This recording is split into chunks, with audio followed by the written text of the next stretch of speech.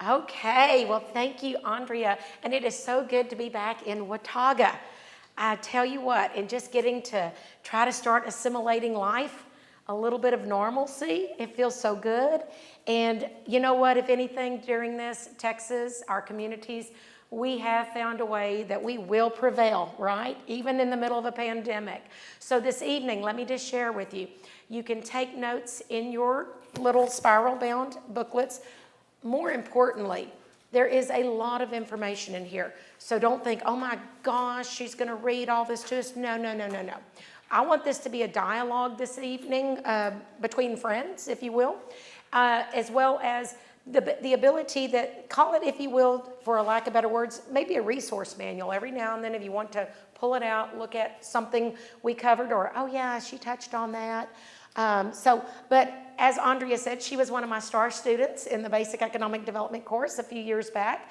And if and when you ever do decide that if it's appropriate, we do offer this course for an entire week. I just finished it last Friday. We had 85, and it was a good class, and we had 15 people from 10 different states, including Puerto Rico. So I'm very proud that I want to say Texas is one of the premier states if you're going to attend the full-fledged basic course to do so. So that's my little infomercial, just to let you know, if you like, tonight is a taste of the tip of the iceberg. There's a lot more. And well, our next one's in August in San Antonio, and we are hoping it's going to be face-to-face, August 24th through the 27th. So just FYI, if you like a little bit of this tonight, then and it's in your future, please know that we'll be glad to have y'all. Okay, so this evening, I'm so thankful that Andrea, and plus for y'all, each of y'all, making the investment of your time away from your families and your other personal commitments, your other professional commitments, and welcome. When you're late to church, just come on down, sign in. Get yourself a name tag, and I've got some agendas and some booklets here. So tonight will be fast. Nonetheless, each of you obviously have a vested interest in your community.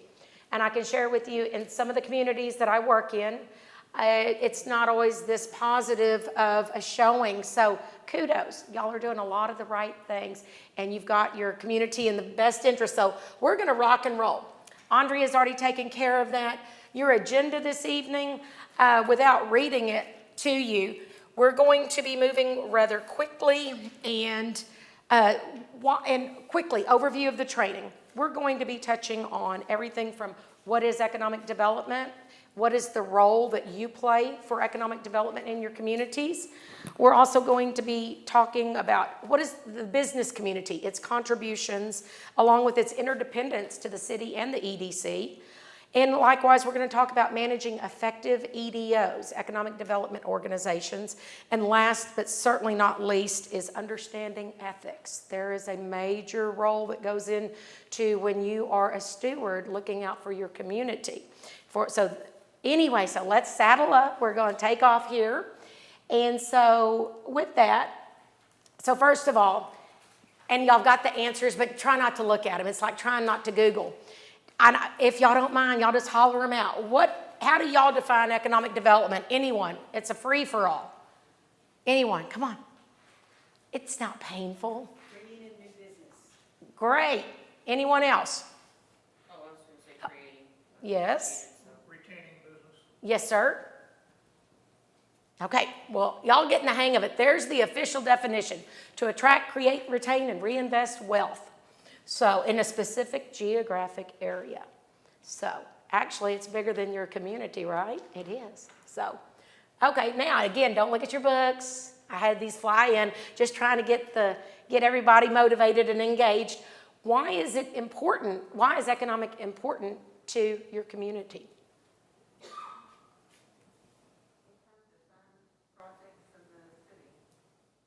Say that again, I'm sorry.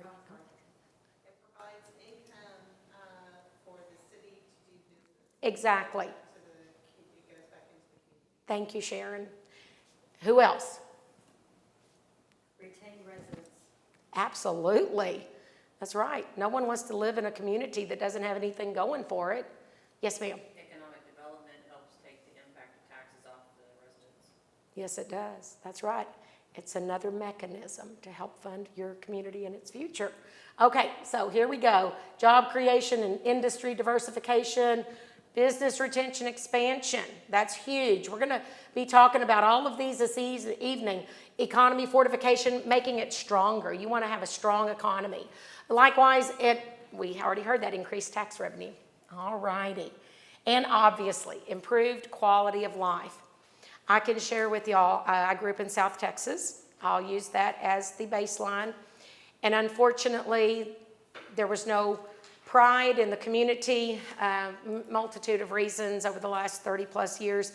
And everyone bypasses it. There's a lot of heavy industrial going on, and we are right in the middle between a bedroom community to Corpus Christi and the county seat of San Patricio County. Nobody lives in Taft, Texas, okay?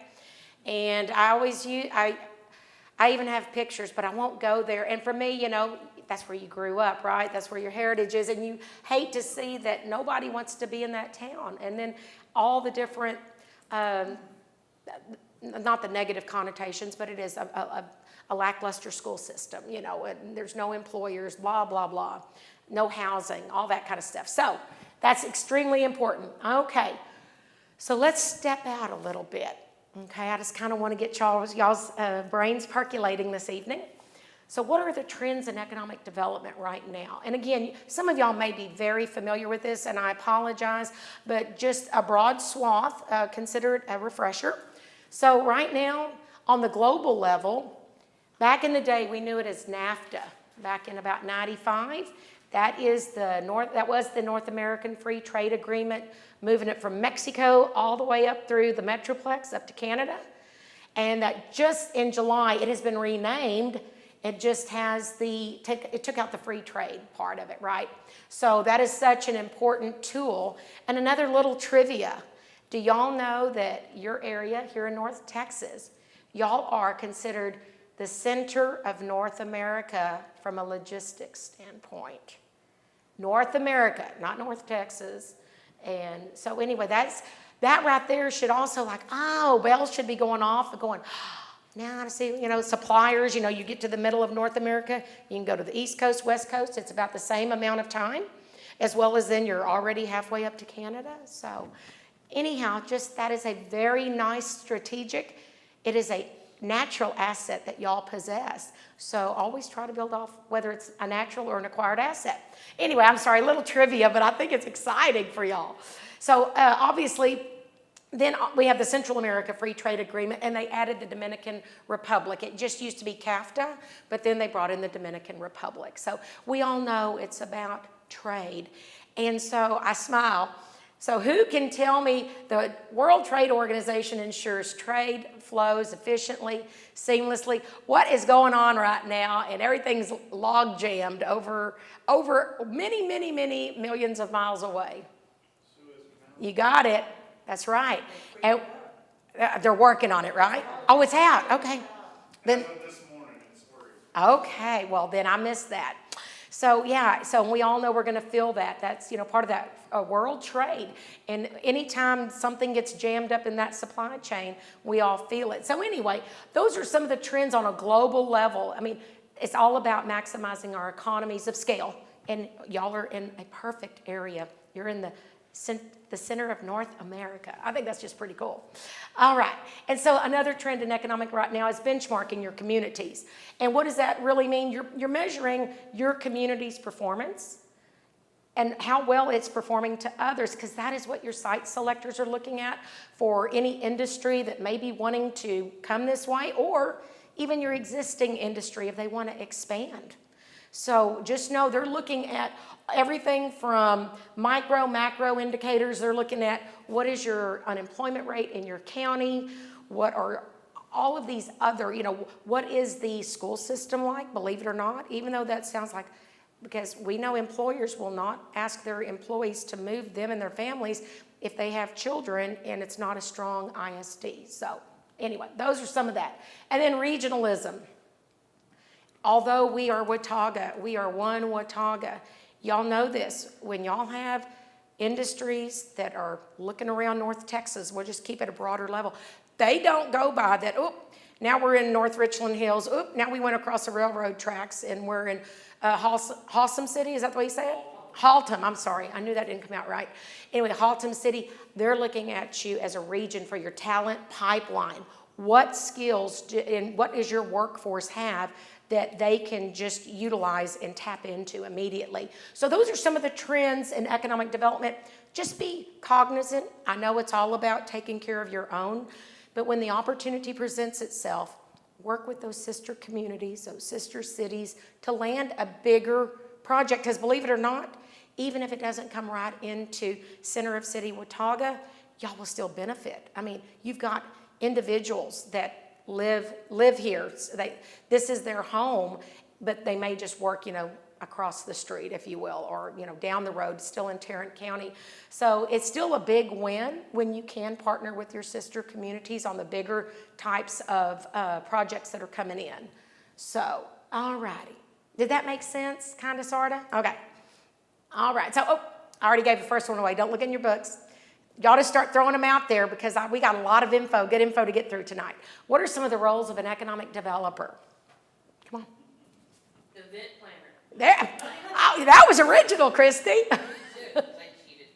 No, who else? Come on. Just say something. What do y'all think? Retain the existing business. Yes. Who else? Reinvesting in infrastructure. Yes, that's right. A liaison between the businesses and the economic development. Spot on, Randy. The biggest one is a cheerleader for the community. You got that right. All of y'all are champions for your community. Here's a few others, right? And they're in your book. Do y'all ever see yourself as being a peacekeeper or a bridge builder, connecting the dots, the right people, the champion? So, and you also play host and hostess quite a bit, right? And you are selling your community. Don't ever think that even all of your restaurants, we work all over the state. And trust me, I don't want to keep telling too many stories, but confidant, right? That's huge. But let me just share with you that a lot of your restaurants, the staff that walk, when I go in my street clothes, I've already been in your community today, just seeing what's happened in the last 2 years in my street clothes. But when you go into restaurants and they're like, well, what's been going on in such and such community? Oh, nothing. If you want to do something, you need to go to so-and-so community. They are just, they're sending your community down the river. They're not selling and capitalizing on telling why this tourist or this person, why would they want to come back and visit? So believe it or not, they are a part of helping you sell and promote your communities in your service sectors. So think about that. I know that sounds kind of funny, not funny, but weird funny, but they really are. And we let the EDC director know about that. And they did, I hate to call it a hospitality training, but they did a promote XX community because they were livid when we told them. So, and it wasn't the young lady's fault, she was just like, oh, there's nothing to do here, go down the road. We're like, don't say that. If you tell us that, and we don't even have name tags on, right? So, all right, your research, so that's all of y'all. So now, y'all all represent a specific group this evening.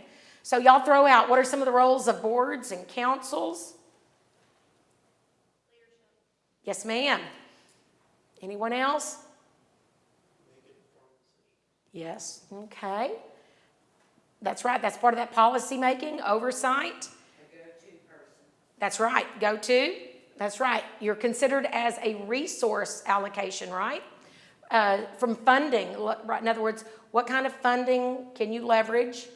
Your community ambassadors. Every single one of you are a community ambassador. Also, at the higher level, that strategic planning. What is your vision? Who do you want to be when you grow up, right? And then, obviously, we all have to. We recognize good ideas are good ideas. Sometimes, though, not intentionally, we can fall into groupthink. You've got to step back and consider it outside looking in, objectively. And I call it devil's advocate. There's a lot of different ways you can spin that. Okay, so you kind of gotten a baseline of what is the definition of economic development? What are your roles? What is the importance it's playing? So we need to find out a little bit more, well, what is this ED? Everybody says ED. And way back in the day, everyone in economic development, I don't know if y'all also you referred to it by its initials, but everybody said, you do what with ED? I'm like, it's economic development. I'll leave it at that. So anyhow, it's just like building a house. And we're going to talk about each of those sections here momentarily. But from a graphic, you know, it's just like when you do build your home, you've got to have a good, solid foundation. The same is applicable in economic development. And then, so once you start doing that, then you got to start hanging your sheetrock and installing the windows. Everything that goes with building a house, it's the same thing in your community from an economic development perspective. So the CD stands for community development. That is one of the pillars of economic development. You also then have the business development, another layer. And those two, with a lot of moving parts, y'all all know it because each of y'all represent moving parts. That then forms the house, and the house of ED, if you will. However, you're not done, because we just talked about it a little bit. There's so many others that help build your ED house in the community, whether they're formal leaders, informal leaders. So you have a whole population that is actually promoting or not promoting your community. So there's, of course, anytime you take on initiatives, there's sticker shock, right? Because nothing is free, and when it is, you pay for it big time, right? So there is sticker shock when you're planning the future for your community, because it's expensive to plan for your future. But if you don't do it, you don't want to be Taft, Texas, where I'm from. Also, landscaping, you know, like your house, you've got to keep it up. You know, it's one thing when your neighbors, they mow the grass, but then they don't weed eat. It's the same thing with economic development in your community. You're constantly having to tweak, refine, to get your message out, to entice, whether it's businesses, it's families, it's entrepreneurs. So I don't know if that kind of makes sense. It's kind of like a house. You're building a house. All righty. Like I said, we got a lot to go through, so if y'all ask questions, if I'm going too quick, tell me to slow down. Okay, so we talked about community development and business development, and quickly, does somebody want to give me an example? What would a component of community development, it's called leadership development. Does anyone have an example what leadership development may be here in your community? Do y'all have like a leadership Watauga or? The chamber does one for the region. Oh, okay. That is a form of leadership development. A lot of schools here in the area offer community ambassador leadership programs. Beautiful, beautiful. What are you doing? You are educating and increasing awareness of our successors, right? You're trying to lay the groundwork so that they can pick up the baton and run with it, okay? So those kinds of formal leadership programs, also your youth programs, right? I live in Brazos County, but we have a junior leadership Brazos. Also, you've got all of your wonderful your youth civic organizations. You know, I'll just think of the 4-H, the FFA, but you've got so many, the Key Club, all that. There's just so many. That right there, you're building your future leaders. So that is important. That's part of the house. Also, your social infrastructure, access to affordable health care, medical services. I saw a beautiful ambulance today driving through the city. It wasn't an emergency, but they were either coming or going from wherever. And you have invested in ensuring you've got the infrastructure to take care of your people. So again, good stuff I'm seeing, and y'all are doing this. Workforce development, oh my gosh.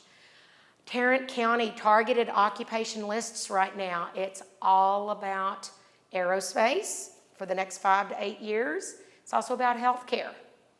And those are the big, I'm just lumping them into big buckets, because you get into the mechatronics, you get into all the disciplines of engineers, a ton of them.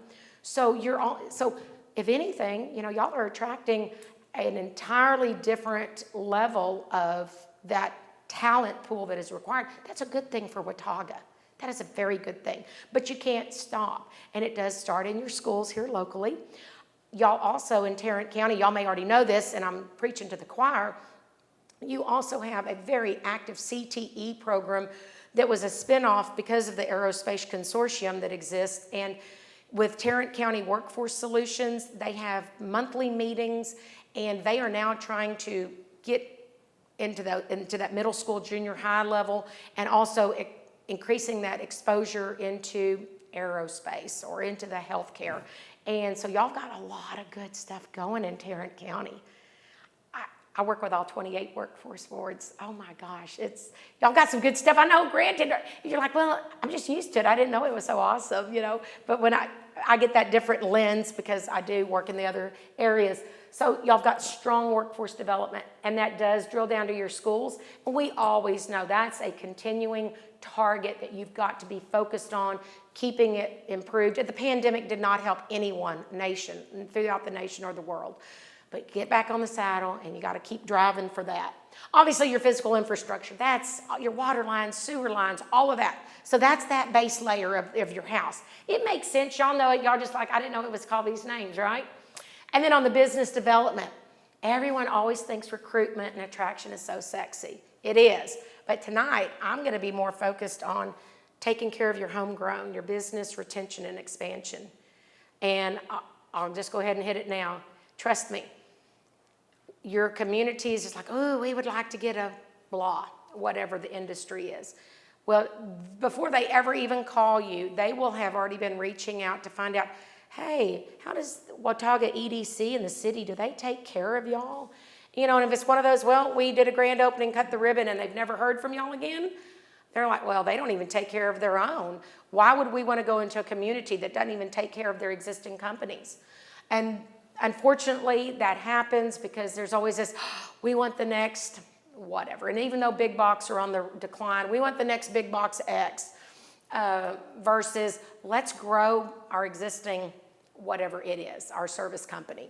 So just remember, although that's sexy, and we're going to talk about this a lot more this evening, retention and expansion. Also, we're going to talk about entrepreneurialism. They play a major role. Some of you sitting out here right now probably are entrepreneurs, owners, serial entrepreneurs for that matter. And then also business development, believe it or not, tourism, that is the purest form of economic development. Why is that? They come into your community. They dump all their money out of their pockets, and then after 2 or 3 days, they go home. So they may put a small strain on your roads and your infrastructure, but it's for a limited amount of time, then they leave. And they used all their dollars, they turned them over in your community. So just think about that. Those right there, and I'm doing these at a high level because I only have 2 hours with you. Or I love what I do, obviously. So any questions around that before we really get into some meaty, more of the meat here? Okay. I got a smart group here, Andrea. All right, so Module 2, know who you are. We're going to talk about that, and we're going to go through all that. I'm not going to read that to you. So what makes your community unique? It is all about the place, your quality of place. One thing I've noticed, Watauga, y'all have pride in your neighborhoods. I've driven all about and the school zones, and y'all really want your community to thrive as a friendly home environment to raise a family. And that's what I see. Or even if you don't have a family, it's a nice place to live, So with that, it's all about that place, quality of place, your people, your values, and then, of course, you've got that interaction. Our cultures, they make up a lot of our values. And Watauga, you probably have a blend up here in the North Texas area, but that's what also makes you unique. And that's why people want to come, because of all of these 4 different aspects primarily. But all of that is going to lend credence to companies wanting to expand or leave, and possibly new companies wanting to come in. So anyhow, it's about promoting your community's brand. Where most communities traditionally, they'll falter, and it's not intentionally. They will falter when it comes to, they don't know who they are. They don't know what their product is. They don't know what they're selling about their community. Because they think, well, if I do a little bit of this and a little bit of that, voila, it'll just happen. And that's not it. You've got to focus on those natural assets, those acquired assets, things that differentiate you, that give you a competitive advantage. So just be cognizant of that. There's so many times the community's like, we're going to put out flyers, we're going to do this, and they're like, but they don't even know who they are. I don't even know, I keep harping on that. Does that make sense? You got to figure out, well, who is your community? What is it known for? Is it known because it's access to, if it's lakes or a lot of the getting out wild birding, you do, what is it known for? Is it the ecotourism? You've got to know what is your identity, or is it you are the center of North America for logistics. You're halfway between the East Coast, the West Coast, and you need to come here because we can take care of you. We're high tech, we're supplier driven. So a lot of times, a lot of communities, they don't know really who are we? What are we promoting? So always keep your eye on that. Obviously, that's part of it. I'm not going to read that. And you're continuously fine tuning your message. And that means you've got to deliver on your brand. So I'm just hitting this a little bit. This is just as a reference. This is how you either continue to increase your marketability or sustain it, okay? And we do know that it's always about looking at, for communities in the downtowns, redeveloping those, reduction in crime. Not all communities have a lot of crime, but some do, and that is a big time measurable that you've got to be able to show a reduction in.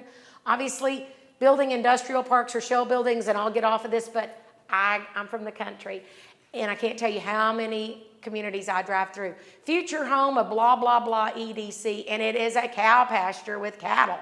That will never be an EDC park. It needs to be shovel ready. It needs to at least be infrastructured out. So anyway, okay.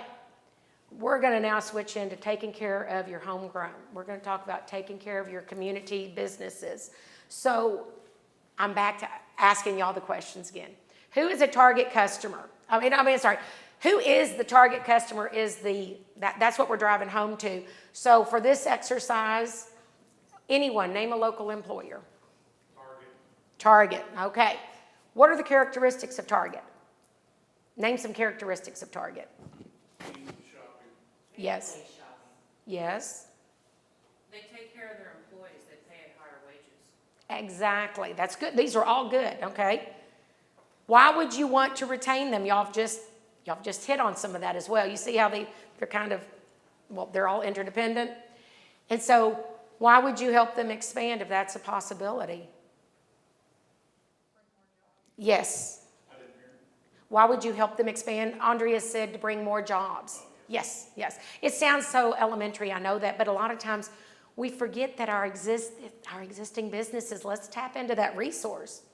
So we're going to talk now why is working with your business is important. And we've touched on it a little bit. May not work. Oh, well. To keep them from relocating to other areas. You want to help them survive during economic difficulties. And we know we're all still coming out of this pandemic. And we've seen so many across the state shutter. And it hurts my heart when I see it. And, however, I think that they will come back maybe in a different form, right? Because serial entrepreneurs can't help themselves, right? But you also want to take care of them because we already said expansion helps with new jobs, more jobs, and you want to increase the competitiveness in your marketplace. So those are a few things. It shows that you also care and you appreciate them. Anyone have anything else to add to that? Christy? I can appreciate increasing the competitiveness of the marketplace, but I also want to make sure we don't cannibalize the marketplace. Amen. Expand on that. No, that is a valid point. Because if you put too much of the same thing in an area, they're eating their own business. Mm-hmm. And it sets up both businesses for failure. So You're right. You don't cannibalize that market. That's an excellent, excellent point to include. I'm going to add that to my slides. That's spot on.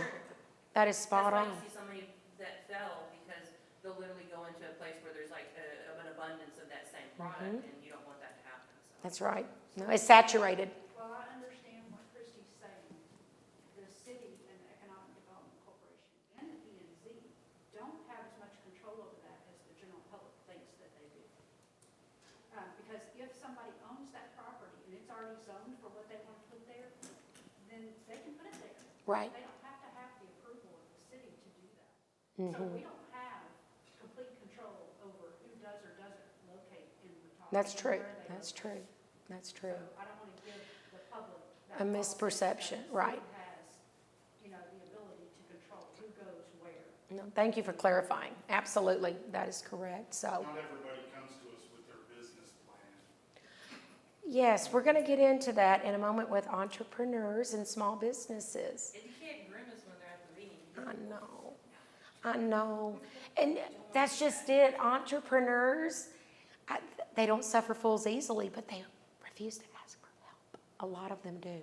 It's just the way they're wired. And God bless them. I come from a family of self-employed entrepreneurs, figure it out, right? But sometimes you don't have enough time to figure it out. And then we all know it can actually end up folding.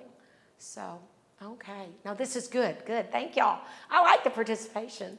So, this right here, I'm leaning into, y'all probably already are doing this to some extent. Forget that a pandemic caused everyone to stop at a hiatus. I'm now going to be folding into how else do you take care of your existing businesses? And the formal name, everyone calls it, is business retention expansion. But it's as simple as any of y'all. It doesn't have to be Andrea or the mayor or the council. It can be P&Z, the EDC, the city staff. When you just stop by, whether you're there as an actual customer or just pop in and say, thank you for doing business in Watauga. Because I can tell you we have some communities as large as San Antonio. And CPS is Central Power Services. It's their lighting company down in San Antonio. And they went to go see one of their companies. It's an industrial manufacturer. And they walked in, they're like, what? We paid our bill. They're like, no, we're not here for that. We came by to say thank you for choosing San Antonio. And so after they kind of got over that shock, going, oh, okay. It's just making that contact because most of them, we all know we get busy. And really and truly, keep it like a conversation. If you can get in for a visit, it doesn't have to be a formal survey. I know when if you want to talk to me, I'll sit down and talk to you, but when you start or you send me an electronic survey, people don't take time for those. They just don't.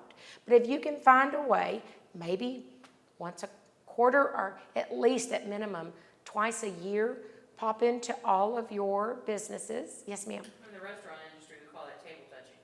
Ah, that's a very good descriptive. Yeah. Yes.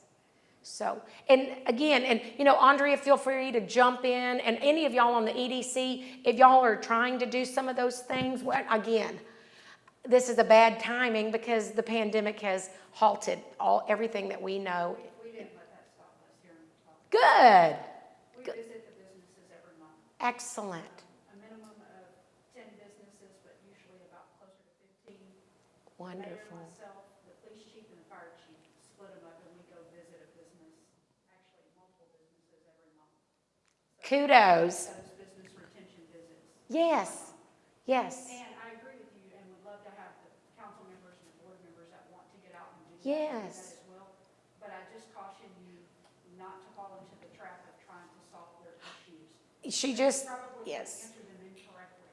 So what the mayor does when he goes out is he just makes note of it. Mm-hmm. Emails me or comes in. That's and right. talks with me about it, And we you're take care of it from a staff level. twofold. That being, you don't want to incorrectly, but even if you knew the answer and you're dying to say it, guess what? Just say, well, let me look into it and I'll get back to you. Because guess what? You want a follow-up visit. So you can get back in the door. You can continue to start forging a strong relationship. So even if that's in your wheelhouse, just, step on your toes, bite your tongue, whatever, and say, let me look into it and I'll get back to you because you want to facilitate a follow-on visit. You're forging a strong relationship and it's all about the trust. You are their trusted advisor. So, yeah. So thank you. Y'all are doing that awesome stuff. And then y'all probably know this. I see it when I'm working in communities or even not. You drive by and you start seeing weeds in the parking lot coming up through the concrete. And there's like maybe 1 or 2 cars and there used to be 50 or 100. Sometimes, for whatever reason, communities start becoming at risk. And these are they're in your books. I hate to read them to you, but the lack of cars in the parking lot. Also, some of our businesses, they do produce older types of products and they may be getting replaced with robotics. So try to, see, is there something maybe they're going to transition into so that they can stay competitive and in the marketplace. So just, y'all can look at that in your book, but kudos to The entire team here at Watauga? Y'all are taking care of your homegrown. The other thing we do, Lisa, is we do spotlight videos. Oh, I got that idea from Beth Azor, I know you're probably familiar with. yes. But we go out once a month and we videotape a very casual conversation with a local business owner to get them to talk about how they got started in the business and so that they can start to develop a relationship with the community. That is And we post it on our awesome. website, so, That is awesome. that's been very well I received. know, as a neutral, objective third party, we recommend that, but not very many communities are doing it. Oh, that makes my heart happy, I know. You know you're doing your passion when you do your job if they didn't even pay you for it. Unfortunately, I still have to keep my lights on or try to, right? But anyway, that is wonderful. Kudos, Watauga. That's good stuff. So, y'all are already doing all of this. I'm not going to read it to y'all. So, we've talked about all of that on that slide.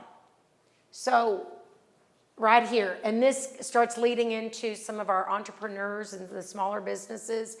What are some of the components to have a highly effective BR&E program, business retention expansion?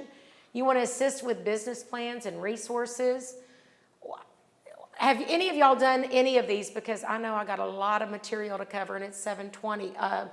Have any of y'all helped with identifying mentors or anything like that? I know that your community utilizes SCORE and the SBDC with Tarrant County and of course the SBA. So anything else? I'd like to hear some stories from maybe some of the things y'all have done here in these areas. Mayor, you want to talk about Smiley Transportation? What perspective? I can talk about You them. throw me on the spot there. It's okay. We're I can friends. talk about them. Go ahead. About 2 years ago, they tried to come in to build, and for some reason it wasn't, and then we made some changes, and they acquired the property over here. They used to be over on 35, way past 35 in the warehouse district, but they wanted to always be in Watauga because this is their home base for traveling, picking up kids to and from school. Mostly it's moms that drive. Most time the moms have their kids with them because of childcare is kind of benefits. So they'll go and pick your kids up after sporting events or something of that nature. So when they started wanting they had a property picked out over here, but they had developed property over in North Fort Worth, way on the other side of their business base. So when they came over here, where their business is at, it's going to keep their money here, and their people are here too. That's wonderful. Now, what part of the community did they locate within Watauga? They're going to be right behind. Right over here by the Whitley Road Elementary. Oh, they're going to be there. Okay, okay. So they actually started out over off of 35, like Christie was saying. Yes. They outgrew that location, they moved to Keller, and they're moving from Keller to here. Excellent. Um, See, they moved and home. That was a courting that took place. That's the other thing that the general public does not understand. They think economic development happens overnight. No, You have to court these businesses for quite a while before they actually locate in your community.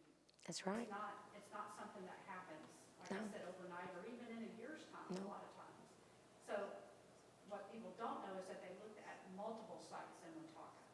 And they actually attempted to buy some property that the Economic Development Corporation owns, but decided not to go that route. And we actually helped them, the EDC helped them with negotiating a contract with the landowner Good. for that property over there. And they broke ground in October, Excellent. and they should be doing a ribbon cutting by the end of this calendar year. Wow. The And frame of the building is up. If you drove down Starnes Road, you would see. I went down Watauga Road and of course 377, and then I went through some of the neighborhood Hightower and Watley and Whitley. I'm sorry, I knew that came out wrong. And we're working on a development agreement with them as well. We've been working on that for 2 years as well. Okay. But what Andrea just said, she just hit on it, the key point.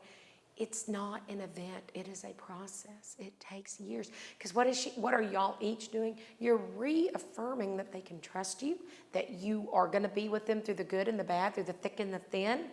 And yeah, courtships, they take a long time. But that's my point. Christy knows a little bit about it, but I bet you she didn't know all of what I just said. Yeah. Nope. Not to mention the fact that you know, we've got Jeanette that has touched them, we've got Randy that's touched Yes. them, we've got Paul that's touched them. Oh, myself you've got an army. has dealt with them, the Economic Development Y'all have an army that is supporting and lifting them up and reassuring them why they want to operate their home base and expand here in Watauga. So Isn't that cool? They wanted think to it's be here in awesome. Watauga. Like, that for right over there, 2 years, they wanted to be here in Watauga. that is a story that needs to be told more often. That's good stuff. I think one of the most effective components of our BR&E program is the fact that Watauga tries to find a way to say yes. Say that again? No, really. Yeah. Because that right there, we all know, traditionally unintentional, there can be so many bottlenecks and constraints that should not even be in the process, whatever the process is. It is, and if you can remove those and find a way to make saying yes much easier for the company, obviously on y'all's end, yes, yes, yes, you're breaking down some of those unnecessary barriers in some cases, so that's wonderful. Another really good example is meter calibration systems over off of Plum Street. Good. It was actually a competition between Haltom City and Watauga. And Watauga won out because of the customer service, to be frank about it. Jeanette has a lot to do with that. She is one of the nicest people, most customer-friendly individuals. Way to go, Jeanette. Compliments about her all the time. I'm OCD about extraordinary customer service. To me is continuous. For me, it's the baseline. And don't even get me started with snarky people. They need to be behind a closed door doing whatever it is. But if they're supposed to be in a service role, that's the constant. It's above and beyond. And obviously that's what you're doing. So they calibrate the meters at the gas stations, Lisa, and they opened in about 9 months later, Jeanette, they expanded. They bought the lot next to them and expanded, and they have a really nice facility here, but they work all over the United States. So it's My nice gosh. to have them located, their home base. Yes. They're And then a they very even nice have family. neighboring businesses contact our office. Well, that's part of that supplier, how those complementary industries. That's some good stuff. Yes, sir. Well, you stole everything about Smart. Other than it took a long time and they really wanted to be here. But with the meter calibration, that's the fastest. I mean, that guy walked in for our first meeting and he goes, this is what I want to do, but I want to do it, I want to be done by yesterday. And a tribute to the staff of everything they had to do to jump through hoops to get him what he wanted, and then he wants to stay and hire local. I mean, he's probably one of our best stores.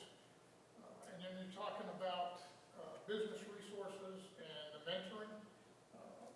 Andrea's working what we were going to do with the incubator project, but she's working on a program for all of the businesses that need the help, that want the education. Probably next year we'll be into it, but getting them the training and stuff that they need to succeed and stay in Watauga, stop the turnover rate. Y'all's community, granted, there's always room, right? We always have to raise the bar, but y'all are performing. You're not storming. You're not norming. Y'all are performing, and y'all are reaching those next pinnacle levels. Y'all are hitting them. I am very, very proud for y'all. And now, granted, doesn't mean you've solved everything. Absolutely not. But y'all are headed in the right direction. These are some good stories to brag about. You're telling your stories. Well, it started with a good board. Yes. Oh, absolutely. The board is very supportive. I'm deaf, there's no way I can't hear you saying. Yeah. Yeah. Beside that business, the city council approved us to redo the roads beside meter calibrations, which also, there's another new little business that's not as active with people, but we have a vacant lot on Hidden Highway right beside where the redone road will be, all for. So y'all provided that necessary infrastructure. Yeah. They're one of our business spotlight videos on. I got to go out there and watch those. So, Very, no. Andrea, though, she did tap into it. It shows with the participation and those that are present this evening. y'all all have the good of your community ahead of any of your own interests, because it's not about your own interests. It's about setting up your community and leaving it in a better place than when you found it, right? And so that's why we do what we do, because we do care about, and we're proud Texans, my gosh. So thank y'all. And I know y'all were sharing something. I want the rest of us to hear it just now. Christy and the mayor. Oh, I just said sorry for stealing his thunder. Oh, I thought y'all were saying. Say it 3 times, 'cause I couldn't hear it. I like this group, boy. Don't be asleep at the wheel, right? Okay. So I've said this at least 6, 8 times. Don't lose sight. They are your bread and butter. Because right now, after the pandemic, as we come out of the pandemic, there's so many right now, whether they're trying to utilize PPP loans or through the CARES Act. And I'm not sure if the city or the EDC has been a part of that initiative. Okay, it's all in your shop. Well, you've had a lot then on your plate also, because we do want them to stay upright. And it's not going to be tough, and we're going to move into this next section, but we all want new industry. But the stories y'all just told, y'all talked about, they've been here, they went to they were in Fort Worth, and they went to Keller, they got home. You're doing it the right way. You are their trusted advisors, and it's all of you, and y'all are in lockstep on that. So each of y'all are playing a role to keep either expanding or bringing them home. And it's not an event, it is a process. Okay, we're going to talk. Aren't they cute? Aren't they cute? How many communities didn't even let us have lemonade stands? I don't know, that came out a while back. And I live in the country, but in College Station, those kids, their parents had to get a permit for lemonade stands. Did they have to do that up here? Yes. Well, the way I know, just times have changed, right? Nonetheless, though, these right here, they are your budding entrepreneurs. They are going to be the ones that you want to be filling up those small businesses. You want them to have that idea, to be able to execute that idea. So at the highest level, and I'm going to get to a picture here in a moment. I don't know if it's, no, we'll get to that picture. But what we're going to talk about is economic development I call it a 3-legged stool, or the umbrella is economic development. But one of the legs we've talked about is attraction, industry attraction, right? Business development. The other one is business retention expansion. But the third one is entrepreneurialism and small businesses. Those make up the 3 legs of the stool, right? Which is economic development. And so, as we know, we all have family members or good friends. Somebody is an entrepreneur and they can't help themselves, right? And that's a good thing, because they'll start up something, they did good, I got to go do something else and see if I can succeed. That's just that 24/7 drive in them. So I'm not going to read you this term. That's a little bit text heavy, but just so you really know, it's that first sentence. It's the dynamic process of creating incremental wealth. They do it. They're driven. They're not going to suffer fools easily. They're the ones that are you drive by their houses and they've got tinfoil all over their garage because they don't want anyone looking in their window of what they're doing or what they want to design and make. Okay, and I just want y'all to be cognizant of this, and it's more of a reference if someone ever asks you. According to the SBA, Small Business Administration, small business actually constitute anything with less than 500 people. That's a small business. In my mind, I'm like, that's a large business. But other categories, and y'all probably know who they are in your community here in Watauga, you've got micro businesses. Those are, 1 or maybe 2, and they don't pay themselves, right? Then you move up to stage 2, 10 to 99. And that's then you're moving up to a medium-sized business, 100, medium in the context of small, right? 100 to 499, and then of course 500 and up is a large business. And this right here, I just think it's worth mentioning. Look at that, there are 30.2 million businesses that have less than 500, and almost 20,000, not quite, but almost 20,000 that are truly, by definition, large businesses. Wow. And that was as of 2018. It doesn't seem like it gets your attention until you see it in writing, right? So our ecosystem, we rely on the small ones. This right here, to me, it's exciting. At Texas A&M Engineering Extension Service and at the university. I'm not making a plug for it, but that's how, and doing economic development, how we've become very entranced in it, along with UTA. I'm not sure so much with TCU, but I know they have a little bit of interest in it up here.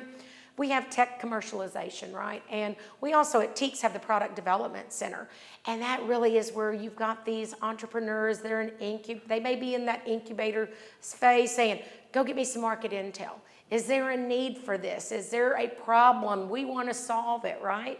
So just to let you know, and again, I'm proud I'm from the country, but for me to always, when I first started learning it, the way an incubator can be referenced, they are that infant, right? They're just getting started. Or if you raise chickens, you put them in an incubator, right? But so their 5-year success rate, it's actually pretty high. It's 87%. And if you're going to be in incubators, and I'm going to show y'all technically, if you're looking at region, a sister city in your region that is having a lot of success with them. And theirs is in the culinary. I know that there's always an interest in that right now.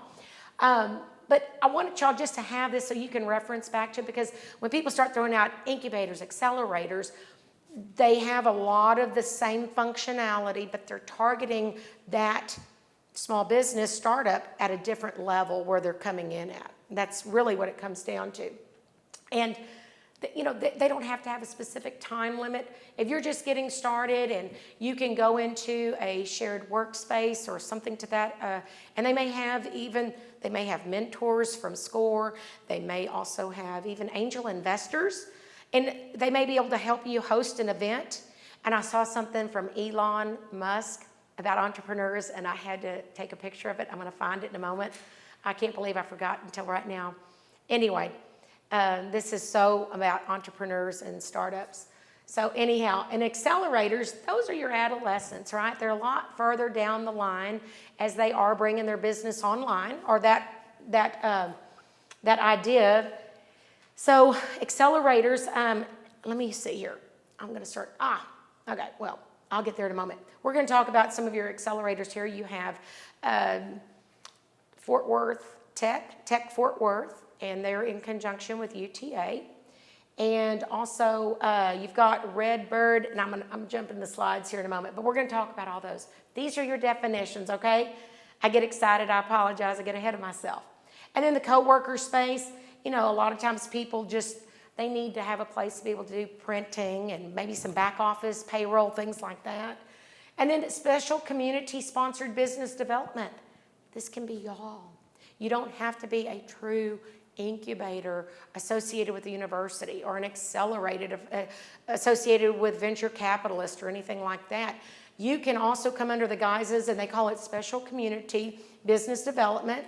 A lot of times chambers, EDCs, they'll go into this arena. Just something, food for thought, and y'all may already be doing some of that.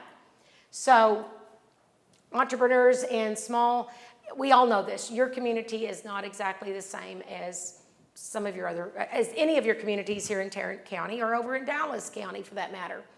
But just to know that entrepreneurs and small businesses, the typical target industries, we've hit on some of that. They can be office, high tech, manufacturing, medical, retail, ag.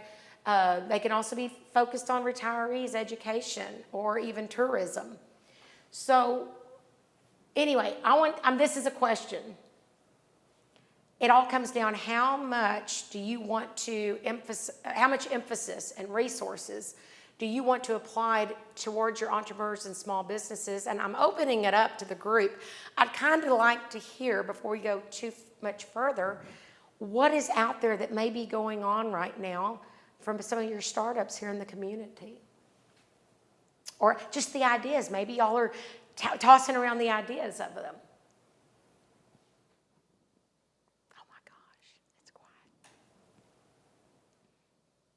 Okay, maybe y'all are not sure. Are they gonna make me answer all these questions? I know.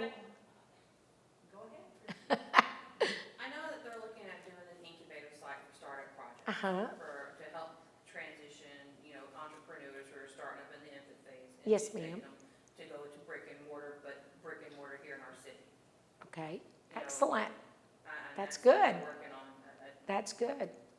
That's awesome. Y'all are already in the process. So the board's already approved several policies associated with entrepreneurs and small businesses. And since the council's acted bashful tonight. I know, I must be, That is one of my goals that they just gave me, almost 2 weeks ago now, I guess, is to do a small business development program excellent. for the next year. That's good. So, That's good. there's a lot going on in terms of small business development. Definitely. And so that program will consist of many of the things that you're referring to. It's Oh, helping good. businesses write business plans. A lot of the businesses you go out to, what we call mom and pop Uh-huh. businesses, and you ask them if they have a business plan, they don't even know what that consists of. I know. And that's It just, not intended to be disrespectful. No. They just don't know. I know, it hurts your heart. With them to help them develop those business plans, and also provide some financial training, like how to build a budget, so forth and so on. That's Because wonderful. That's what these lending institutions want. That's what they require, yeah. Correct. And we have a resource to tap into. We actually have a couple of them. One of them is sitting right there, Mr. Bazal, who works in the banking industry. And so he has been Wonderful. tremendous support to me in developing some of those policies that then went to the board. The board blessed them. That's And wonderful. Hill, who also serves on the board, who has an economic development background, she retired from was it an economic development corporation, Jan, or a city? Airport. The airport. Oh, yeah. So she has a That's- familiarity with Definitely. economic development. And she too has served on that breakout committee, is what I call it, or ad hoc committee, Mm-hmm. with me and the fire chief and the police chief, since they helped me with the business retention visits. And we've all worked together to develop these different programs that I bet you most of you probably didn't even know existed. But if you That's look at the good EDC stuff. agendas, you'll see when they went on the agenda, they were approved by the board.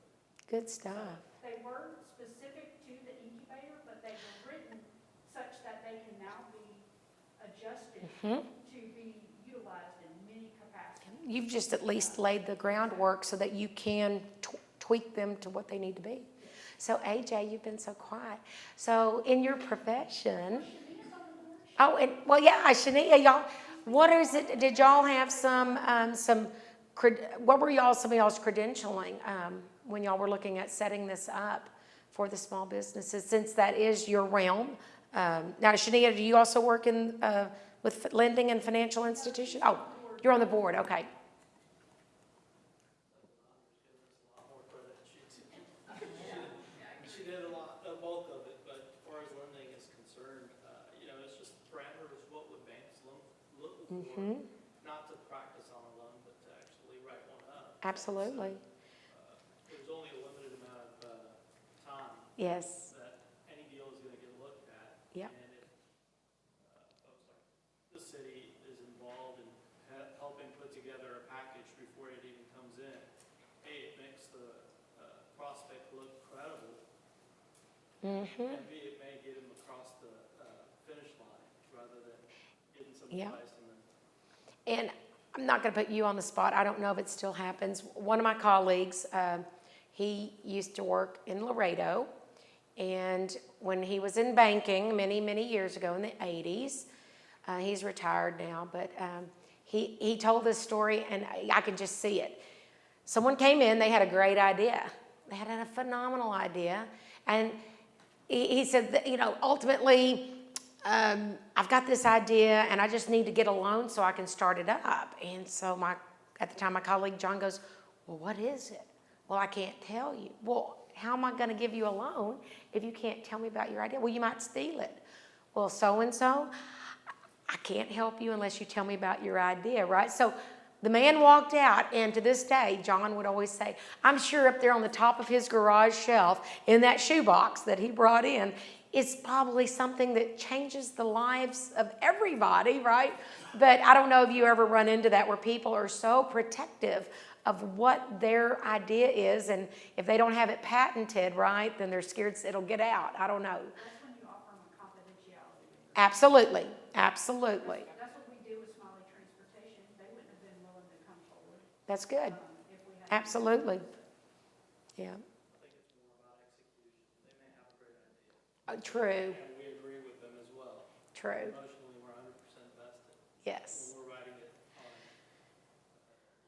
That's right. No, it's about the execution. Bank investors' money, it's very much of how do you pay us back? And Uh-huh. the idea is great, but what is the You got a great segue when we get into a little later into ethics. Nowadays, it's not about you're a good guy. That character now is all about your credit score, right? I mean, so in general. In the old days, it was a handshake, but we know times have changed. Thank y'all. I love the input. Thank you. So, all righty. This was the image that was in my mind a while ago. So we talked about this right here. You can call it a table, right? I always like to call mine a stool. But in this case, all this is just another image. It's just showing you that the legs, and my battery must be getting a little low. You have entrepreneur, which is one of, in this case, one of the pillars or one of the supporting beams. Business growth, which was what we call attraction. And also, business growth, which is what we call expansion for business, retention expansion, and then attraction, those true new companies coming in, never been here. Those three pillars, those are holding the top of the economic development table. But if those three are happening concurrently, you'll see that it has that arrow going down. That then gets into your high quality of life for the communities. So it's like a fulcrum, you're balancing it. So it's just another imagery to help drive it home that there's three different pieces going on all the time. And Lisa, because the board wanted me to focus on, the board and council wanted me to focus on business retention. Yes, ma'am. See, they're gonna remember this here in just a second. The attraction part was outsourced to retail coach. Do y'all remember approving that contract? Mm-hmm. So retail coach handles the new business attraction, so that staff can focus. That's good. Aaron Farmer and his group, they're a good group. They're a very good group. Very good group. So that's good. That allows y'all to focus on your homegrown. Yeah. And they're top notch. And I'm supposed to be that neutral, objective third party, but they are top notch. Okay. What are the values? Say that again about Aaron and his group. It's on the recording. Now I'm going to get myself in trouble. Non-believers out there. I'm going to get myself in trouble. Anyway, I have come in behind them unintentionally. And on projects that I'm doing in communities, we do strategic planning, economic impact analyses, competitiveness studies, all that stuff. And we've seen that they've been in there and what they've done, it's... Well, part of the problem goes back to what we were talking about earlier. So the contract was just executed about 2 years ago. Uh-huh. And the citizens had this expectation, and I don't say this disrespectfully, but they had this expectation that in 30 days, they're gonna start seeing all this new business. And it doesn't work that way, not to mention the fact that we've been in the middle of a Pandemic. for the last. Yeah. Yeah. So that put a halt on a lot of That's a lack of just education and awareness. They don't know what they don't know. unrealistic expectations. As far as I'm concerned, this whole auditorium can be filled with everybody, right? So that they will have an increased awareness. And that's any of us, right? We shy away from what we're not familiar with. That's just human nature. And so in their but in their mind's eye, they're going, well, we signed off. How come we haven't seen anything yet? It's a process. You're laying the steps. And these are perfect segues. You'd think I'd had all this planted. I don't want to ruin it, but y'all keep this in mind. It's going to lead up. It's the ingredients. Uses retail coach, TML, Texas. Yes. Does as well. Yes, they do. Their economic development. Yes, they do. In November, you have yours in September. Mm-hmm. He teaches at both of them. Yep. So Yep. He comes in there and provides his spin, and they're all over it. They're top notch. I learn something every time I talk to Aaron and his team. He's got a very good team, and they have a lot of depth. And yes, so it's going to happen. I know it's probably not the same audience that I should reinforce that to, but it's happening. It's just, in between a pandemic and getting things started. So, okay, we know all this, right? But I love the interaction here. Y'all got that as a response. But I just want to show y'all this. I know I just kind of get stat heavy, but it just lets you know the presence of your startups and your small businesses, entrepreneurs. They really have a true presence. In Texas, per month, and this is as of 2019, right before the pandemic, on an average, Texas had 410 average startups per 100,000 adult population each month. And look at the comparison to the national. Only 310, that's 100 from an average. So that's a lot. And then also when you're looking at opportunity entrepreneurialism, I know that's a mouthful, that's why. You just look at it there. Texas, it's a little bit less than the national average, but the survival rate, almost 80%. We're a little bit higher than the national average. And then the number of employees, again, just a tad higher than the national average. Just wanted y'all to see what does it look like in that first year. Because we all know you know this, AJ, a lot of them, all kinds of different variables, whether external or internal, they present themselves. And that's through the Kaufman indicators through entrepreneurship. Again, the only thing I really want to hone in on, I already said it earlier, look at that. They are small businesses less than 500. They account for 99.9% of all the firms that are out there. And then you can look at that, 99.7% of all employer firms are less than 500. They account for 45 to 50% of your gross domestic product. That's huge. That's half. And they account for right at 65% of all your new jobs. And then check this out, 33.3% of all the export value. So they account for $429.3 billion out of $1.3 trillion. These companies with less than 500. If that doesn't get your attention, I don't know. I know I'm a numbers kind of a person too. Anyway, you can see the rest of this. You go on down, 97.5% of all exporting firms, they're small business. So you've got a very, very heavy concentration of small businesses running the United States. And AJ, you could probably teach this part here. To add any others that I may not have included. Success factors for entrepreneur small business, that's what ESB stands for. They have to have that solid business idea. They have to have that model they come in with, the business model. They have to be able to obviously get adequate financing. They need that networking and contacts, mentors, and that's where an adequate customer base. Is there anything else? I'm going to look up this picture I took about Elon Musk, something he said about entrepreneurs. Is there anything else? Well, yes. Talk about that a little bit while I look for Elon Musk. There he is. Okay. I'll give you a high-level example on something that you think should get approved.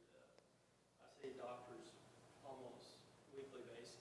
They go to school for X amount of years. They come right out and they want to get into real estate right away because their income is so high usually, and you would think it'd be approved right away. But they have quite a bit of a challenge in getting their experiences in medicine, property management, or development. And so we have to look at that. The microscope is that a good opportunity. Thank you for adding that. I'm gonna steal it and incorporate it. That's good. Thank you. Anything else? Okay. If y'all will let me indulge because it's so relevant. Elon Musk said, and this was on Money Focus, instead of baby showers, let's host business showers. When a friend starts a business, we all come together, celebrate them, and bring resources for their business startups. Now, this was something that I follow on LinkedIn, and I saw it, and I'll use it whenever and however, but I was like, I thought of that, and I saw it over the weekend, and I wanted to share that. And y'all may already be doing this, finding ways to host those events and networking sessions, or as we're coming out of the pandemic, to be able to provide some of those type of opportunities. So, on the flip side, we know what it takes to be successful for ESBs, and then why do they fail? They don't have a good model or their ideas, what they're going to take for that product to take it to market. Remember how I said earlier they fail to ask for help and they ignore the weaknesses of what they're going to build or sell or maintain. A lot of my friends, they pontificate. Oh my gosh, they got all these great ideas, but execution is not a part of their vocabulary, right? So my point is, they're ideas only, and there's that no production, lack of execution. That's why they will also fail. And then again, what is the problem that they're trying to solve? If you really, a bigger, better mousetrap, people aren't going to buy it because they can use the nasty one and throw the whole thing away, right? So they're not going to have that customer base. And then also the poor business skills. They're just not, they're operations folks, but they're not necessarily business oriented. And just some people have that naturally and some people don't. And then also that inadequate financing. You know, they borrow from their mothers, their fathers, their grandparents, their credit cards, the bank. What else, AJ? You hit them all. Borrow from everybody except their own bank. That's right. And they don't pay themselves. That's right. I think one of the things we need to be cognizant of is, even though a business may have a nationwide name that everybody's familiar with, it doesn't mean they're above failure. Absolutely. Because some of them, depending on who's running the local chain of it or whatever, can be doing something wrong and maybe have poor business skills or, you know, and that will lead to their lack of customers. So, you know, just because you know who they are doesn't mean they're doing it right all the time. Amen. That's why so many of these companies, especially during the pandemic, are struggling. Yes, you're right. Christy, did you? Also cannibalization of the market. Yeah, absolutely.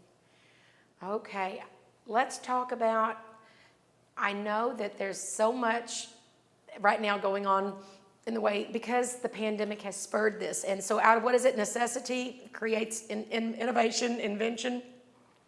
We're going to talk about some startups in your own home area. And then I also am going to jump over to, if you will, a sister community, North Texas proper.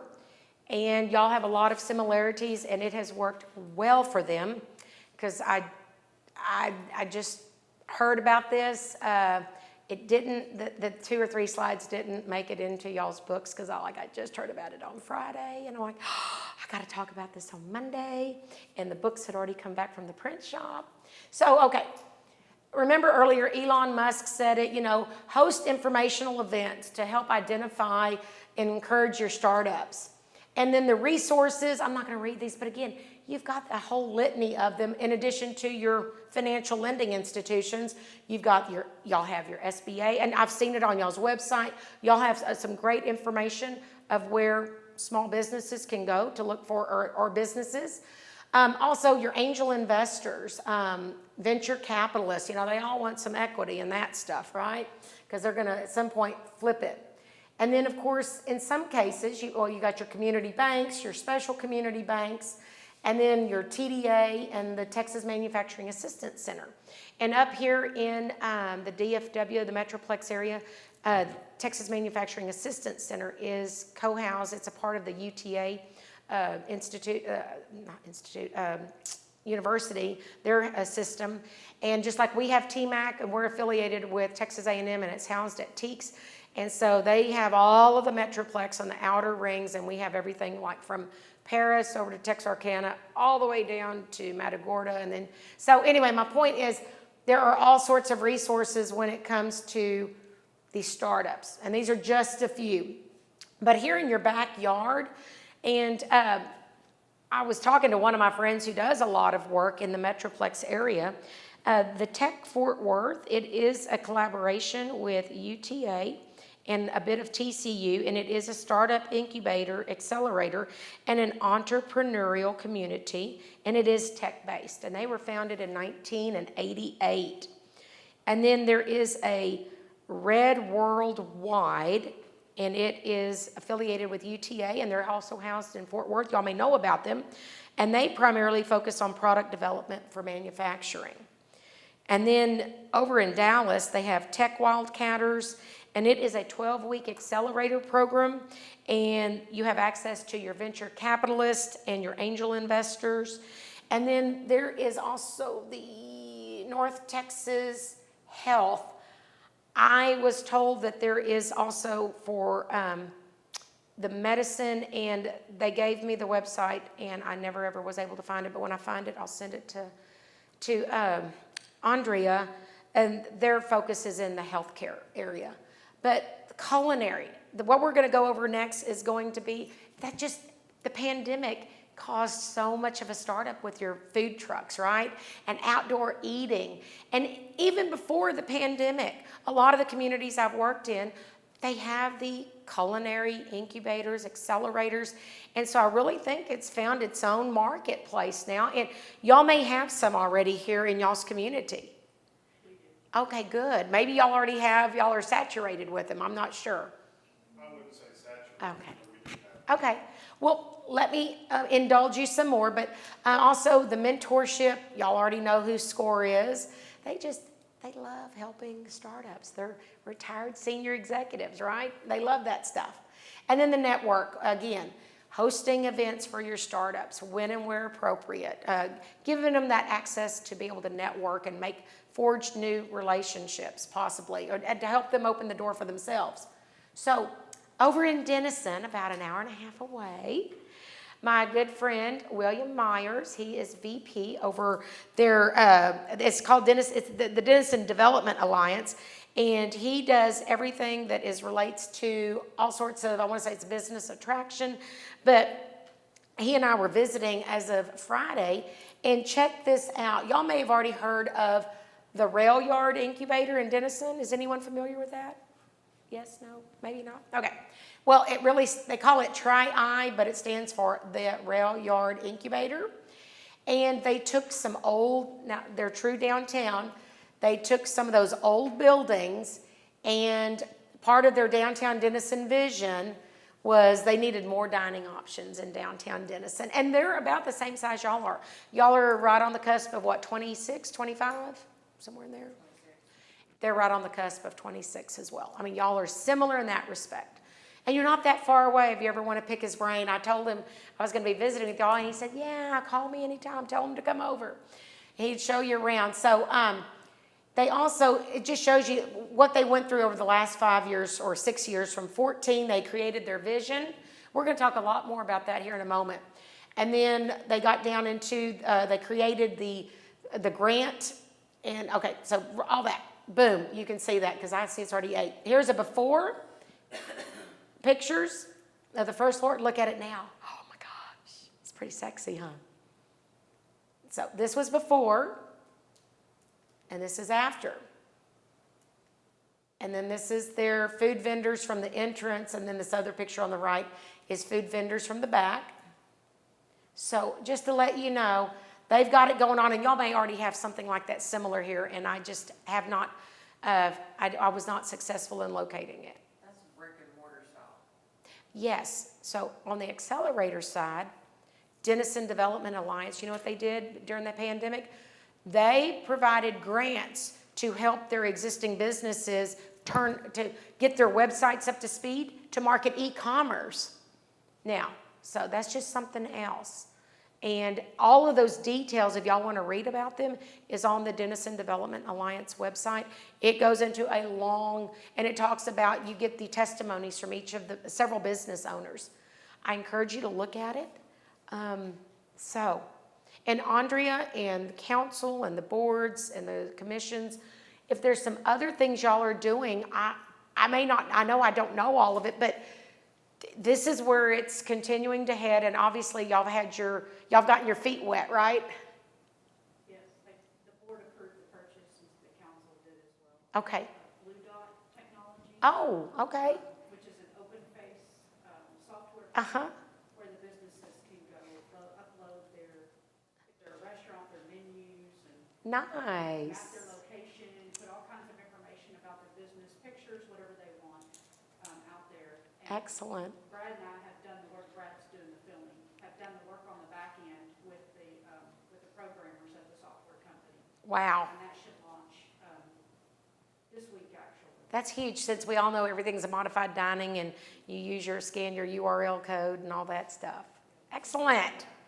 Excellent. Thank you. I can say I know who does those. Okay. Again, just reinforcing what we know. Don't let jobs slip out the back door when you're trying to just focus on attraction. But y'all already got that figured out. You got the retail coach on attraction, and you got Andrea and her team on BR&E. Okay. This here, there's 3 different kinds, and I can't believe how fast it always goes. Obviously, the different types of, real quick, there's 3 types of economic development organizations. I abbreviate that: public-private partnerships. Y'all have heard of those. Consider this a resource, because I want to get into the meat of everything else. What do those look like? What are the differences? The governance, how are those governed? And also, as a takeaway, as a bonus prize, I'm going to give y'all all sorts of comparison charts for 501c3s, C4s, and C6s tonight, because there are different EDOs that are comprised of different bases. So I don't want to talk about that. I want to get in. This just talks about operational advantages. Sometimes they can make decisions more quickly than we can in, if you will, government, or in my case, state agencies. Public, but again, public, they always have more access to the infrastructure. Private may not. Public-private, it just takes the best of both worlds. It blends them together, and then they can obviously go out and make all kinds of good things happen. This just talks about the representation. This is just a bonus. Y'all have a type B, but just to let you know, in Texas, type B, it continues to grow in popularity, and some communities have both an A and a B, but B has more flexibility for the type EDO that you are. That's really what I just want to drive home, and it just gives you a quick snapshot of what requires public hearing. A's don't, B's do. Is there a waiting period? Not for an A, but there is 60 days for the B. So, okay, characteristics of effective EDOs. You have to have clear direction, which is the messaging. What the messenger, and it has to be open communication. The dialogue has to be going back and forth. Responsible, everybody owns it. You also empower everyone. You want them to have a vested interest in it. And likewise, teamwork, because one person, there's no way they can be successful at any of it. So I said it earlier. I was like, ooh, I was having to bite my tongue. If you don't know where you're going, any road will get you there. And we know that came from what? Alice in Wonderland? So I want someone, I don't care who, that can see it either in their books or up on the screen, someone to take a bullet, 4 bullets. And we can go around the room. Just read. What is some of the characteristics of effective EDOs? These are legit. Nobody? Okay. You just want us to read it? What? Or you can paraphrase it. You can paraphrase it. You can paraphrase it. An ED director has influence in a community, but, that is not a good word, but it's a legit in this case, but does not have the true ability to impact what the community does. You can't manage what you don't measure, right? I'm sorry, you can't manage what you can't measure. And we know this one. If you can't measure something, you can't understand it. And if you can't understand it, you definitely can't control it. And if you can't control it, there's no way you can improve it. That goes without saying. And this right here goes back to have a clear vision, you need a roadmap. And in economic development, that roadmap is your strategic plan. So you're like, well, yeah. But what I see in so many of the communities, they give me their hard-earned money. The last thing I want to see is a community go through all of the process, and then they don't follow the plan.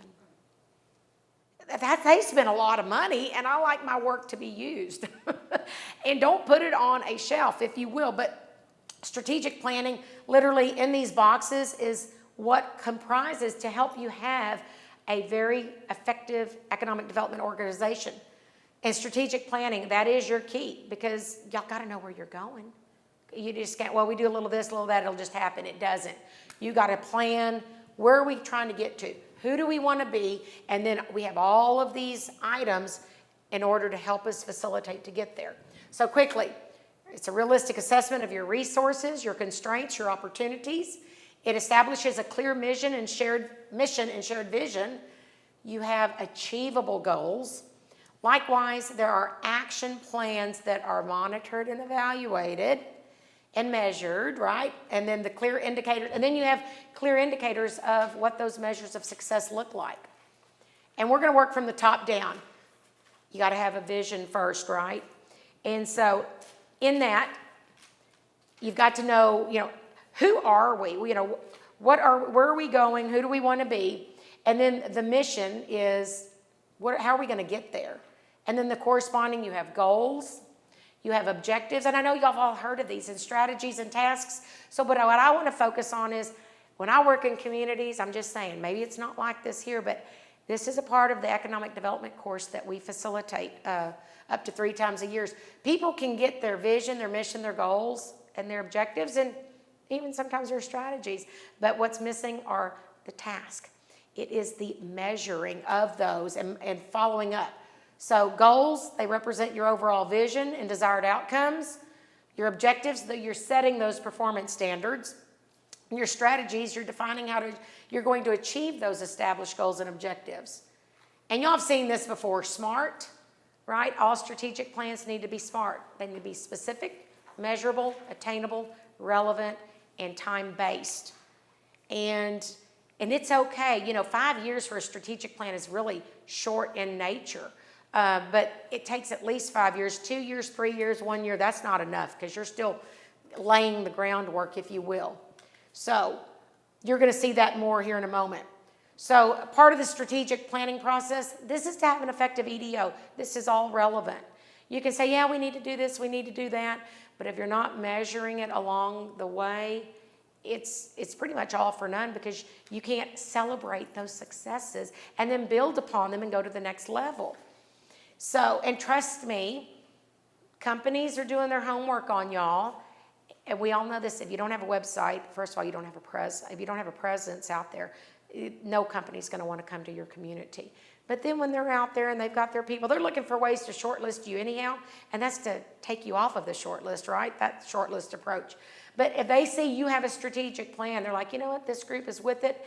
They're executing, they're readjusting where necessary. So anyway, the strategies is, how do you get there? You establish those priorities, you use the projects and programs, and you're going to base it on those goals, objectives, your community assets, your available resources, and internal and external constraints. I want you to look at this real quick, and it's in your books, but this right here, when we work in a community and we do theirs, and I have some examples of communities I've worked in, you've got to have the vision. And then in this case, we're going to call this one Great City. Y'all will be a vibrant place to live where diverse cultures can contribute to a strong economy. Okay, there's your vision. Your mission. The mission of Great City EDC is to develop a sustainable economy through business diversity. You get your goal, increase the number of businesses in desired sectors that are currently underrepresented in our city. And then here you get into the objective, and that's you're starting to refine it, right? You see, you get big. It's like an oil, it's a filter. You start filtering down. Increase the number of businesses in the electronics manufacturing sector from 15 to 30 in 5 years. What is that strategy? What is that grouping? That you're going to engage your workforce board to determine issues related to diverse cultures working in manufacturing. The task.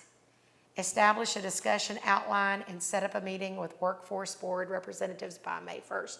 It identifies who you're meeting with. It says when is it due. It says what is the expected outcome. And this one doesn't show it, but usually it shows the responsible parties, the champions. And trust me, if you don't have a task, you will never come back to it, because that's just human nature. I've worked for a boss before. They had all these great meetings, but they never followed up. And guess what? We all get busy, and it just lost its steam. So, task prioritization. Part of that, to drill it down all the way to the objectives, the strategies, the tasks, you have to be able to prioritize. And y'all have done that before. You prioritize 12, 13 different items. And not that they're not all important, but you do decide, we're going to focus on these 5 for the first 12 to 18 months. And then as you accomplish those, bring the other 5 to the fold. Bring those remaining 7 or 8 into that fold, whatever that looks like. And so, and I may be preaching to the choir, but a lot of times what happens, as I said, in our communities that we have the privilege to work in, they started something, but, well, we have one, but we haven't looked at it in a while. So so part of the action plan, so a while ago we talked about prioritizing. We've talked about the goals. We've talked about prioritization of those goals. Which ones do you need to get on first? And that's, you have to do that by consensus building. Strategic planning process, your actual action plans. And those are the tasks that are needed to achieve the strategy. And then you talk about, are there going to be any funding requirements? What are those sources? What are the performance benchmarks? What are those measurables, right? And what are you basing it off of? And then you're going to prioritize projects based on approach and return. Now, this is an actual one from the city of FAR, their EDC, and they like the word guiding principles. A lot of people are like, well, that's not the same. Well, it is. It's just whatever the customer, whatever terminology they like. And let me tell you, though, we've done this in all communities. Sometimes the names are a little different, but it's all the same. Their guiding principle or overarching goal is FAR leaders are the catalysts that create regional unity and prosperity. Okay, that's a really broad. Then we start kind of refining it. What is goal A? Because we had several goals. We had a gazillion goals, but FAR's big. Attainment and execution of a unified regional perspective and an international vision. They're right there. They have the FAR Reynosa International Bridge. So what are the action steps? Responses are timely to requests for information. Who's responsible? Lead entity, FAR EDC. What is that measure of success? Some responses initiated within 2 days of receipt. That was what they needed because they want to be the powerhouse. Come through FAR. We've got the cold storage. Come through FAR. You don't have the waits that you do in Laredo or over in McAllen or going up through Nogales up into Arizona. So 2 days. There was that right there. That's why they wanted it really short. And when do you start this? Second quarter of 2015. Obviously, conducting regular meetings with sister cities, building and extending collaborations, and I'm proud to say, not only did they do all that, then they took their soft document, it's because it's an evergreen plan, and they just kept adding more and more goals. So A5, establish a leadership Lower Rio Grande Valley program, including a youth component. City of FAR EDC, program established for adults and youth, they've done that because they didn't have some of these leadership programs that y'all have here in Watauga. This year, employers are able to hire highly trained and productive employees. The goal B, expand and diversify your economic base through targeted industrial development. The lead entity, review ETJ and current annexing strategies, options, opportunities. Again, it talks, who's that champion? Who's the responsible party? What is the measure of success? When does it start? And for them, that worked. And then also creation of an MRO, a maintenance, repair, overhaul. So I wanted to show y'all firsthand. There we go. I'm going the wrong way. Firsthand. This right here is what determines if you're going to be successful. And I don't know all details. I just know in economic development courses that we facilitate in the communities we work in, this is always a weak point. And I'm not beating up on anybody, but it's that follow through. And anyway, so you do it. So then guess what? You implement all of those things you say that you're going to prioritize. And sometimes they don't work out. Put them on the back burner, bring another one up that you can accomplish, and go regroup on that one. Or that one may have external variables that you will never be able to get to. Accept it, adjust, and implement. So implementation, that's the most critical time if you're going to be successful or not. It can take 2 to 10 years. You have to market the plan. You have to continuously market your plan, which is come back to it, revisit it, update, follow up, accountability, all that stuff. Monitor and evaluation. I've already hit on some of this. My gosh, when I'm having fun, I'm running out of time. So, but why measure and monitor? right here. It ensures that the projects are effective and they're on track. We've already talked about what happens if you don't have a measurable, those SMART action items. Well, yeah, we had this, but I don't know where we're at in it. And not one person can do it. Down there, they were large enough that they had a group. But now in the smaller communities I've worked in, even smaller than in Watauga, if you will, they have to, and they engage their chambers, their EDC, the city, other civic organizations where appropriate. So it is a true undertaking by the entire community. And granted, that might not be a good example, but I wanted to break it down and showing you all those. They will employ several champions, but it's not for every single task. It's what's in their wheelhouse, if that makes sense. And I'm probably preaching to the choir. Any input? Okay. All right.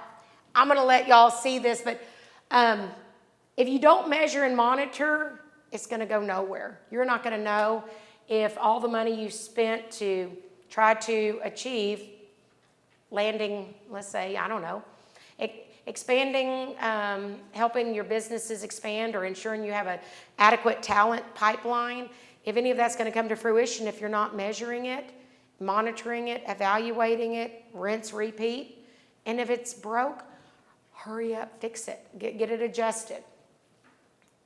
So a lot of times people think outputs and outcomes are the same, but this image, hopefully, part of the evaluation, your outputs are what all did you put into it? You know, it's all that labor, all those meetings, those are all outputs, right? But to see if you're going to be successful, what were the outcomes? In other words, did the building go vertical? See, they're trying to go vertical there. They're putting in all the, those are all the outputs, the meetings and the follow-ups. But then your actual outcome is, do you have a new building or whatever? In this case, it's just about the imagery to try to differentiate the difference between an output and an outcome. And Andrea or mayor or council, the boards, do y'all have anything around this that y'all would like to also interject? No? Yes? The council has a 10-year strategic plan. Okay. And the board has a 5-year strategic. Okay. And so I'm going to put everyone on the hot seat. How are those coming along? And this is a judgment-free zone, I promise. Are you making, adaptations or adjustments where necessary? The council reviews their strategic plan at minimum every year. Okay, good. So, and they update it. They went from, 2 years ago, they switched from a 5-year plan to a 10-year plan. Good, yeah. 5 years gets on us very quickly, so. The big failure, in my opinion, with the strategic plan is the successes, which there are quite frankly many, are not celebrated. She already looked at the back of the book. No, Andrea knows. She is a pro. You're not celebrating successes. And when we wrap up this course, you're going to see that verbiage again. Celebrating those wins, no matter how small they are. Celebrate the successes. Yes, ma'am. Good. So, Lisa, if you could back up. Yes. To,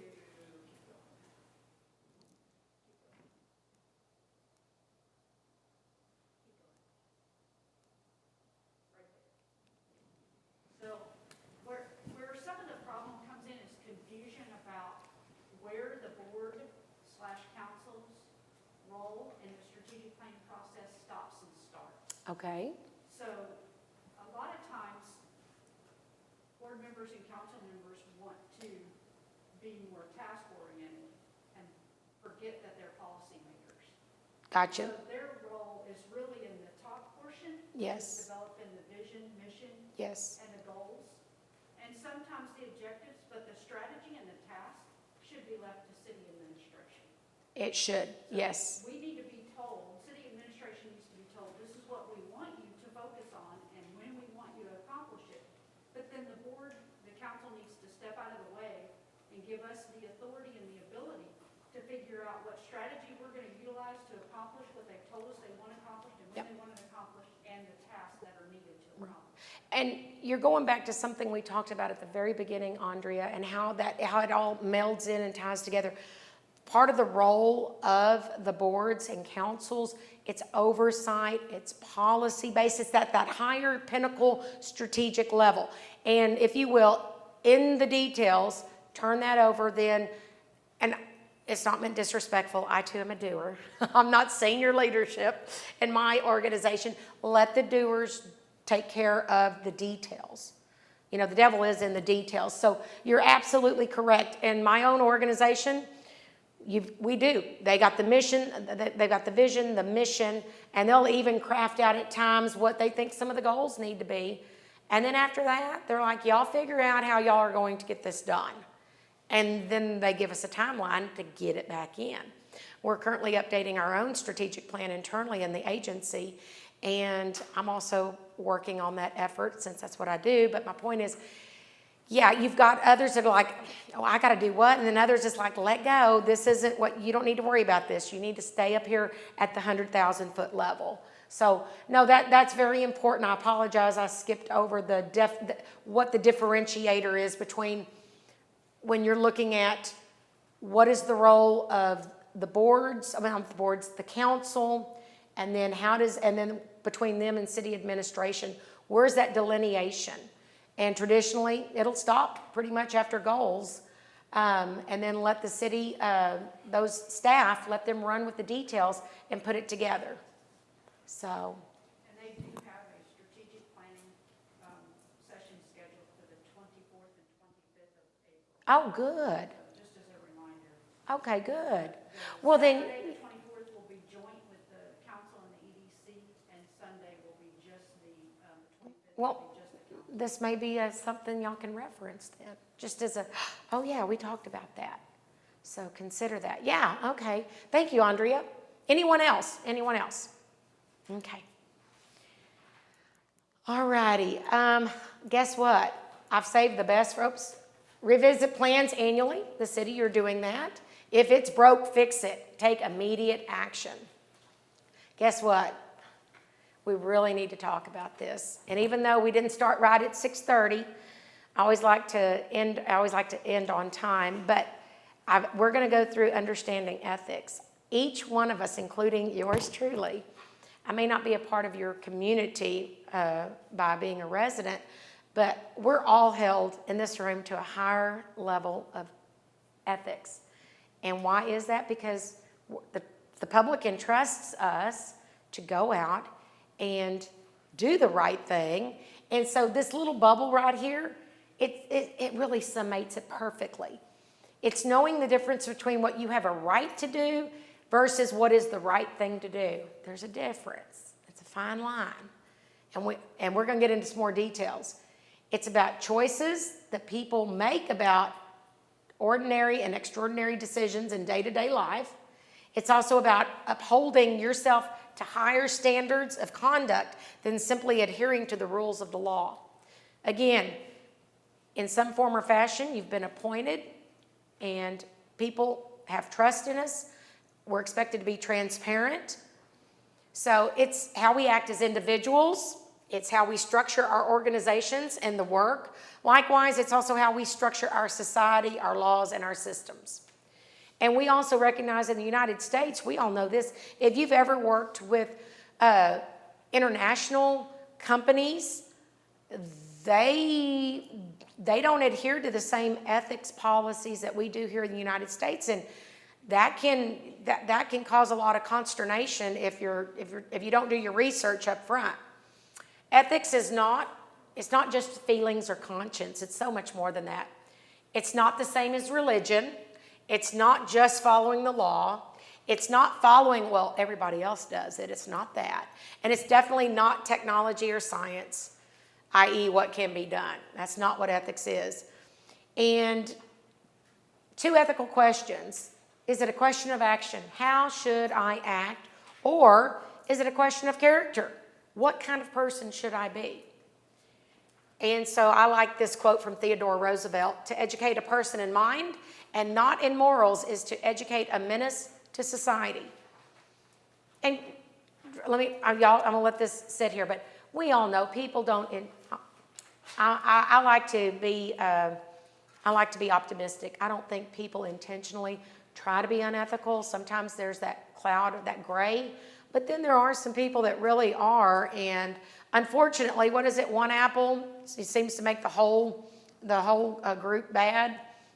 So the top 3 ethic issues that are mentioned by economic developers, because we're working with them all the time, confidentiality, y'all know this, when y'all have NDAs and somebody coming in, you can't say anything, and that means you can't say anything to anybody. And I've even known EDC directors who've put a whole group like this in their council chambers while the deal was being inked down the street, because they could not let them out, because at that point they had shared with them who it was, and they didn't want anything to beat it to the newspaper, the TV station. My point is, so confidentiality is 90% of what economic developers run into from an ethics standpoint. So you're all entrusted, when you get sworn in into whatever role you are here tonight, you're to be confidential, and that means no pillow talk at home. And down at the cafe, if you want to know anything that's going on, go down to your local cafe. And there's always a group of men, it doesn't have to be men, individuals. If you get down there about 5:30, 6 in the morning, they can tell you everything going on in that community. So, also, communicating truthfully. You start seeing that it may be vague, but it's to the point that it barters on are you really being honest, truthful, or are you skirting it and saying, well, I didn't exactly, and I'm not talking about when you have a prospect that's wanting to ink a deal with you. I'm just talking about truthful communication. Are you being upfront? So if you were talking to your mother or another significant individual, your priest, your husband, whomever, your boss, are you communicating truthfully?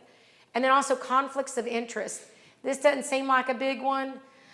I can tell you, I've worked in so many communities, and it doesn't even have to be a small community, but a lot of times in your communities, those who have leadership roles, by default, they own property, right? That's not a bad thing. But then things start getting clouded on, because in one of the little communities that I grew up near, they made the newspaper, and the Texas Rangers were involved because the EDC was giving out monies for facade and CDBG facade improvements. Well, it was just the look. And one of the business owners was on the EDC board, and that business owner got some facade monies, and it all got convoluted, and then the public got aware of it, and Texas Rangers got involved. I'm not trying to scare y'all, but even if it was unintentional, just step back and go, look at it through a different set of a different lens. Because although you may say, oh yeah, this is all on the up and up, then there's those times it's like, either I need to completely resign from this position I've been appointed to, or I don't need to take advantage of whatever the opportunity may be, because you never want the Texas Rangers out. And when they get involved in economic development, it's not a good thing. So just letting y'all know, these are the top 3 areas that are mentioned by ED developers, problems that they have. Oh, no, yes, thank you. I'm talking about Johnny Law. I'm Johnny Law. Yeah, him. Thank you. I'm sorry. I am in Texas Ranger country. I'm so sorry. Okay, thank you. Keep me on point. This is something to think about tonight, actually every day, all day. Analyze whether the proposed behavior or standard of behavior, it promotes the greatest good or the greatest human welfare. Identify the legitimate rights or human rights of individuals or groups affected. And number 3, analyze whether all parties are treated fairly. And again, it just, what do those optics look like? And, even as recent with the deep freeze, it's all about the optics. Even though it may have been legitimate, it's just the perception or the way it's presented. And also, number 4, analyze whether the proposed behavior, is it consistent with the recognized virtues of fairness, honesty, and integrity that your community is promoting or your organization. And the last question, when you're thinking, is this ethical? Ask whether the common good is adequately served. And these are the 10 questions to ask yourself or your group when you're having to say, is this an area of gray? You ask yourself these 10 questions. For instance, I'm just going to jump in the middle because I know it's 8:34. Does it match our stated commitments? Am I the only or primary beneficiary? Would I do it to my family and friends or myself? And then always this one that'll get you. Would the most ethical person I know, would they do it? And again, there are reasons that sometimes unethical behavior can occur, and it's not intentional. It could be, we all know, I've had bosses over 31 years, make it happen. And when they say make it happen, they're not telling me to go do something illegal, but, just to make it happen. So people sometimes, on that pressure to perform, they're going to do something that is not in line, and it is unethical. It could be a lack of understanding of consequences for one's actions. I do know, like I said, when we've worked, we also have international customers at Teaks. We have to be very conscientious and cognizant just because cultures, everyone has a different culture and a set of values. So we have to work very hard to ensure that what we're saying contractually is the intent and that is understood by the party. Anyway, sometimes just the personal cost. If you do it the right way, it's going to take forever. It's so expensive. You could just have poor judgment or a lack of clear understanding, and you could have improper or no training. So I'm not trying to say everyone's unethical, but as we know, promoting the ethical culture, it does start at the top. And that behavior, it needs to be promoted from the top down. And those policies should enable your employees, your boards, your councils, all of those groups to make the ethical decisions. And of course, tools that help support an ethical culture. And I'm sure in your city and in your EDC bylaws, y'all have established codes of ethics, education and training, defined processes for reviewing those violations. And then at least in the economic development world, we have what is known as the IEDC. They are the International Economic Development Council. They have a code of ethics that you can always go out and Google, and you can also utilize that as a model for your own organizations. Any questions? I think I'm done in 7 minutes. Okay, real quick. Each of you are invested in your future of your community and its prosperity, right? And y'all are growing fast. Just don't forget to grow smart. That sounds easy, right? But it happens. Sometimes you find out we're growing, but there's no plan. We're just growing. We talked about setting goals, prioritizing them, providing the SMART goals and objectives and action items, and then to implement, monitor, evaluate, make adjustments where needed.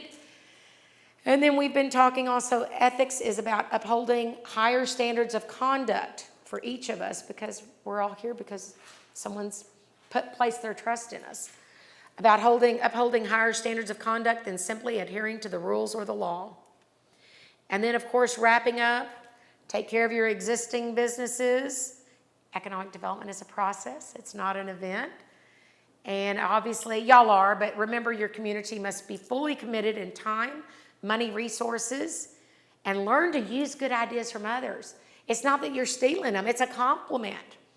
And then also, as Andrea said, celebrate all of your successes in a big way, no matter if they're a small success or a big success. And with that, I got done at 8:38. I don't know. I know people have a life outside of here, but I am open for questions, and we can go back to some slides. But I know how important it is to try to end on time as well. There's just so much we could go through all night long.